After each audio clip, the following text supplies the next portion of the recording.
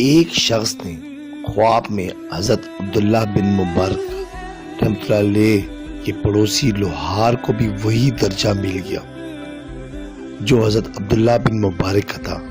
پردے میں جا کر لوہار کی بیوی سے پوچھا کہ کیا تیرا شوہر ایک عام مسلمان نہ تھا؟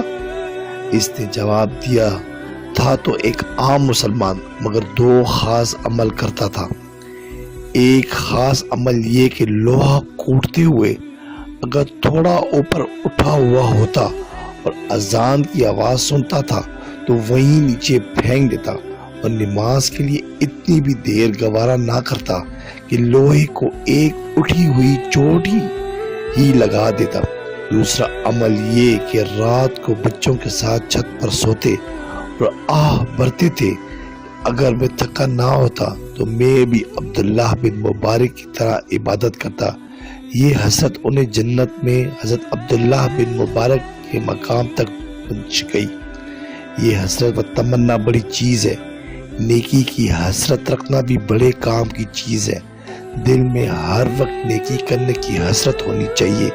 جیسے اگر میرے پاس پیسے ہوتے تو میں اتنا صدقہ کرتا یا اس انسان کی اس طرح مدد کرتا، حج کرتا، اتنی عبادت کرتا۔